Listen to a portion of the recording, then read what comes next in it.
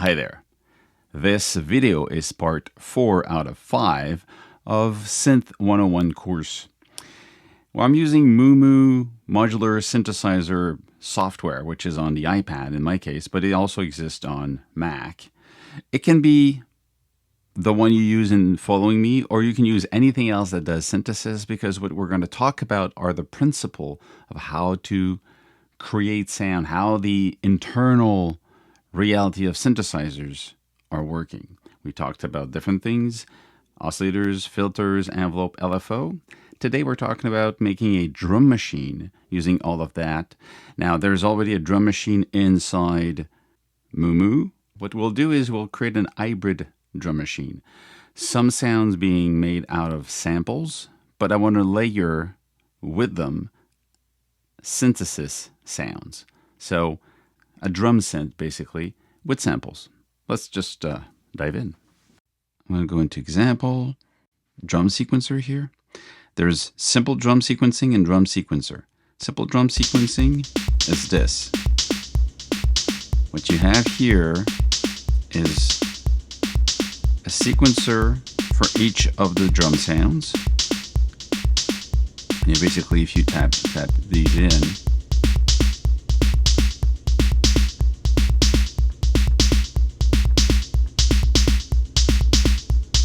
and you can change the sound here. So you're changing the samples basically.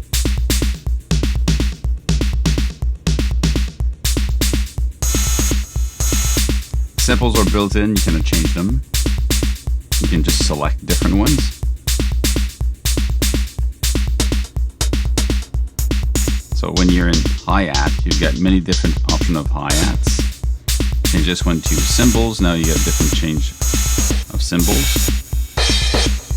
One thing that is cool about that is,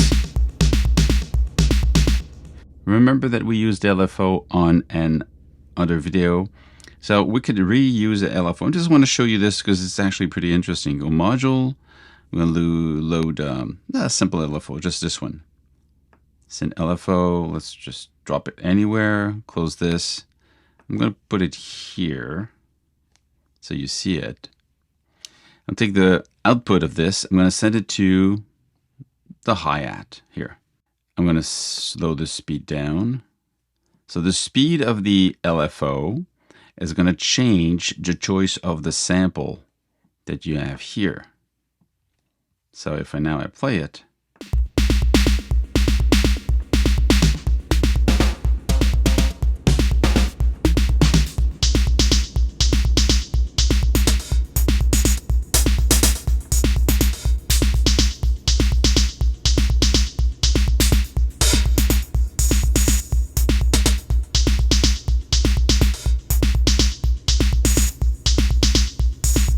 so it's moving this value.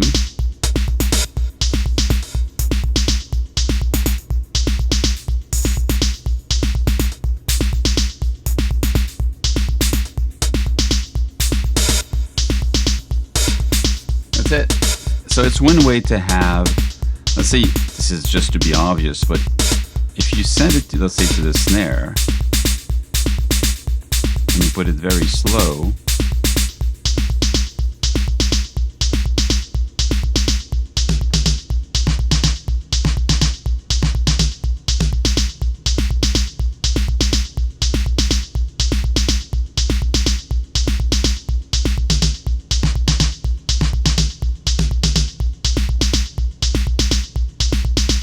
hear it change over time.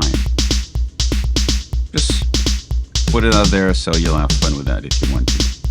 Now let's try another one. Let's go preset. The other one is called drum sequencer. Now this one's interesting because it uses a different drum sequencer. You have two different sequencers here. Let's say I'm just going to show you the different ones. Sequencer. I'm going to go here. Sequencer. You have this one here. The sequencer. For drum sequencer, you have this one here, and you have the drum sequencer. Now this one is basically for one instrument. So this one's going to be sequencer for, let's say, the kick drum. And then you say, I'm going to take the output, I'm sending it to the trigger in, and I'm going to control the kick drum. And those, the places where it's lit it's actually going to trigger the kick drum. Simple. Now, this is fun, but at the same time, when you're building a drum, it really means you need to switch between instrument one at a time. So it's less obvious to have a full view of the entire drum happening. That's why you have a drum sequencer. Basically, drum sequencer, you have this here for 8 different destination. But you go, I don't see anything. Of course, you don't see anything here, but it's a sequencer GUI is on tabbed panel. So if you go here on the panel, you get drum sequencer on the side here. Click here, you get the whole drum sequencer here. And this is to control these 3 here. So now if I go back to pressing play, nothing's playing, because if you go back to the drum sequencer, there's nothing. I go press here, just simple.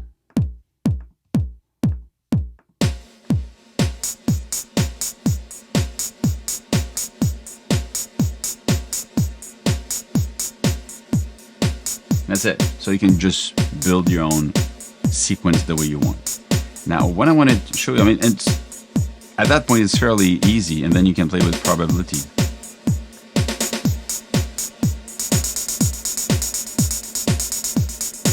So it becomes a performance tool also, the sequencer here, which is really cool in a modular fashion. And then you get reverb because these are sent to the mixer, and the mixer, which is 8 input mixer, as sends, A and B sends, and they're being sent to, in this case, some here is being sent to the B.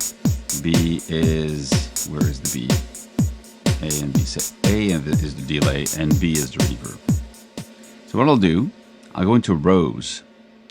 Now what you have into rows is you can create these rows, that's the name, of modules. And in my case, what I did one which is a kick, 808 kick. So if I click on this one, so I've got this whole line here. Now my drum sequence here, when it plays the kick, what I wanted it to do, I want also it to control the gate here. I'm going to I want to have the trigger. So now if I go back here, I'm going to mute the other ones. I'm just going to keep the kick. All of them are muted here.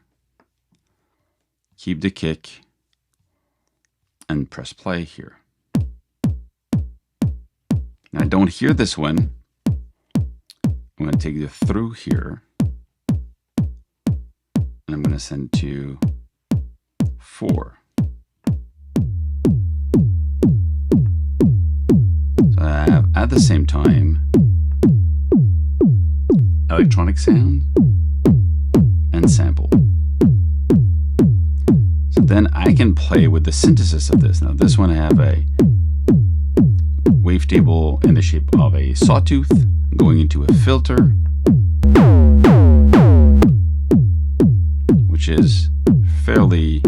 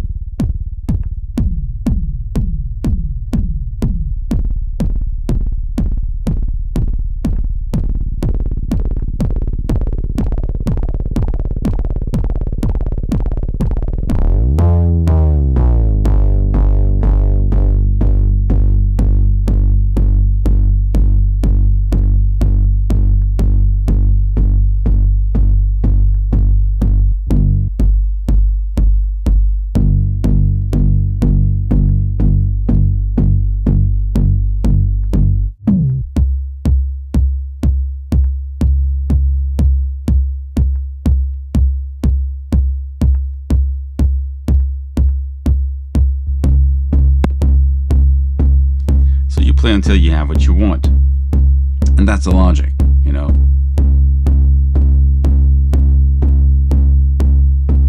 When you have the sound you like,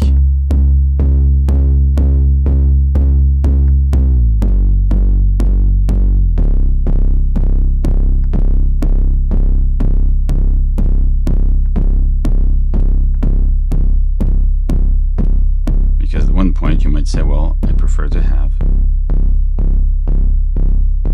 this one is just round. There's no attack on it too much. So having this can bring, and then you can say, well, I can change this one also.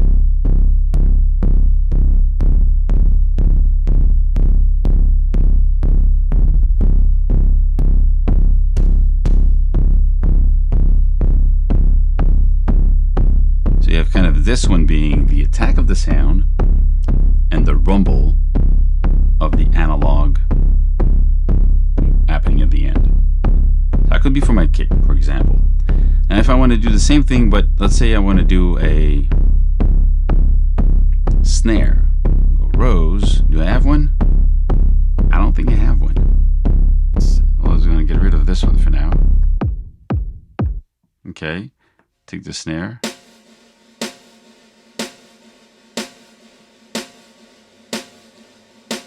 Or I like to take the hi-hat. I'm going to take down the effects. So we just hear.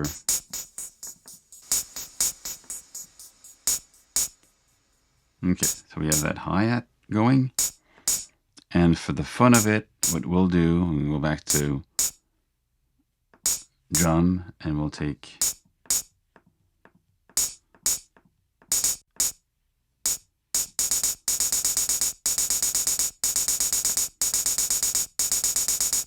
okay, that's the one I keep. And we have that sample, which is this sample here. Here. So if I change the sound, let's have this one. Okay?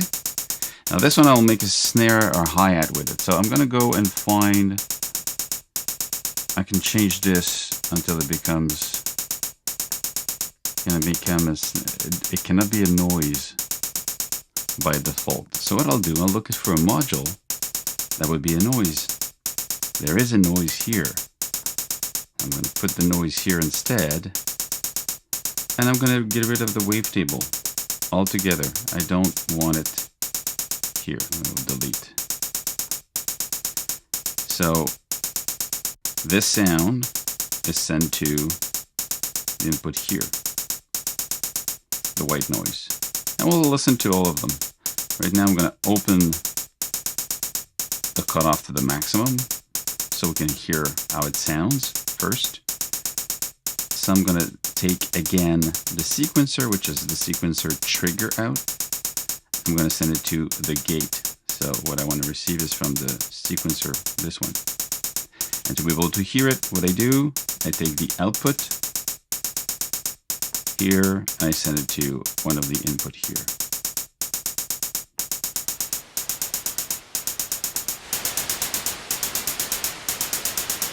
It's more like a washed out snare, kind of the reverb.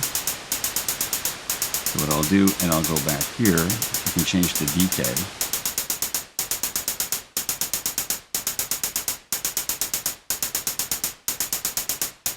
That's the sound of this one.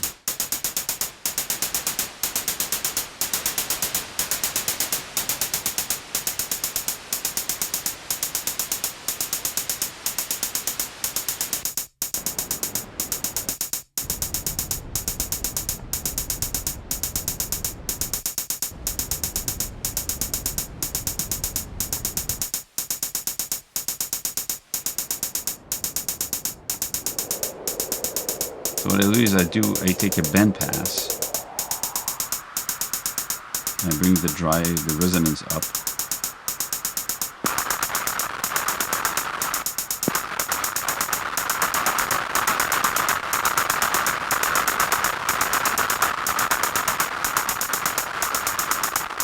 Why do I still have some reverb on this?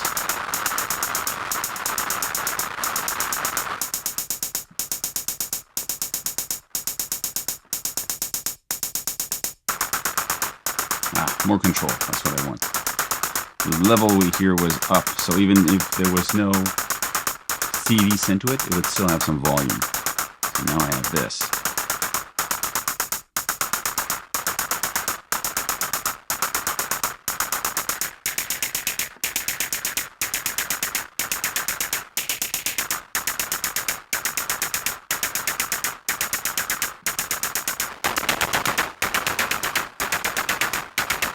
pitch.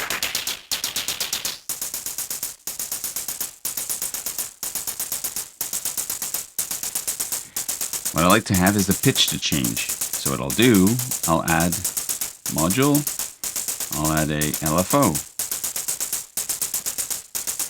LFO, I'll send it to here.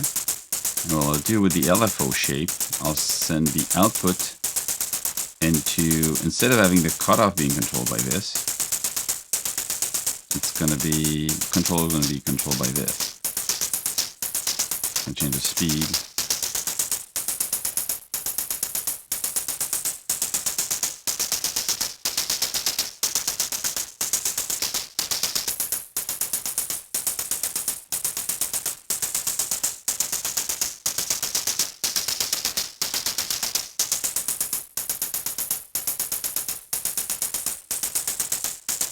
So my hat is always changing. Now, if we listen back just on the hi-hat itself alone, let me go back here.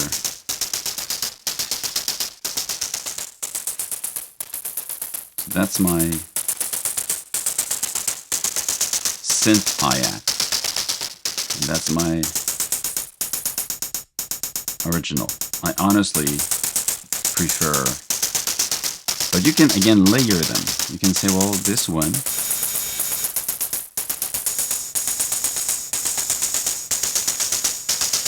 because you could also change the length of it here.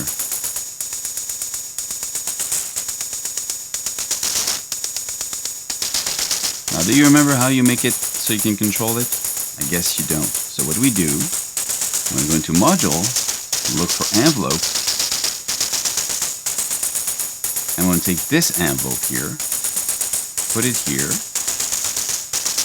This envelope can be attack, decay, sustain, release, or attack, decay. So it replaces this one. Send it to here, and this one comes here.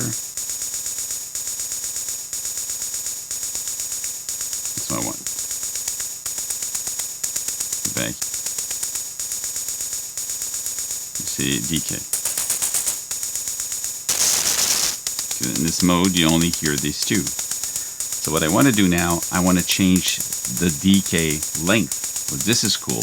But what I'll do, I'll use an LFO that is more complex. Again, I'm going to module.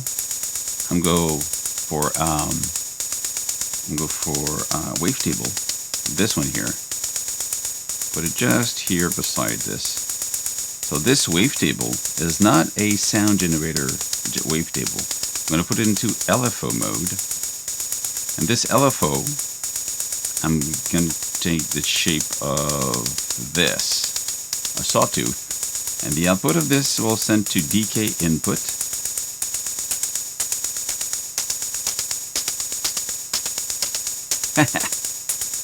That's cool already. So this one is just moving this. It's changing the length of it in real time. Well, that's pretty cool. And then imagine you slow down the speed of this thing.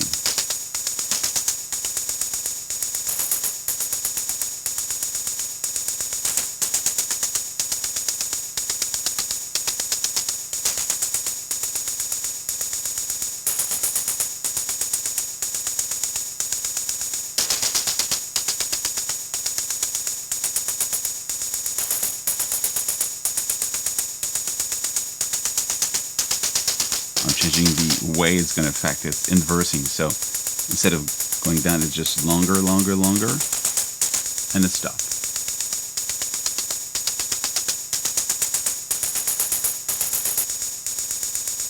That's it.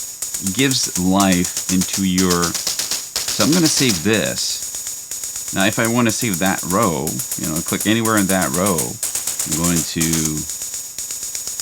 row, and I'm going to save row as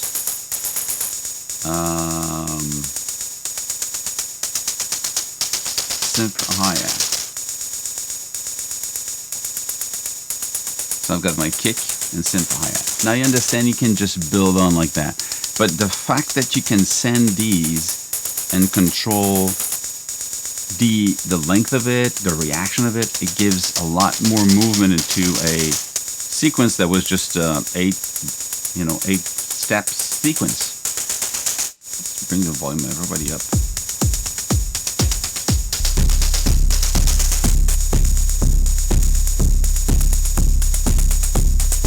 That's it for today. These presets and the rows will be available in Moomu pretty soon, if not already. Stay safe, make more music, and see you soon.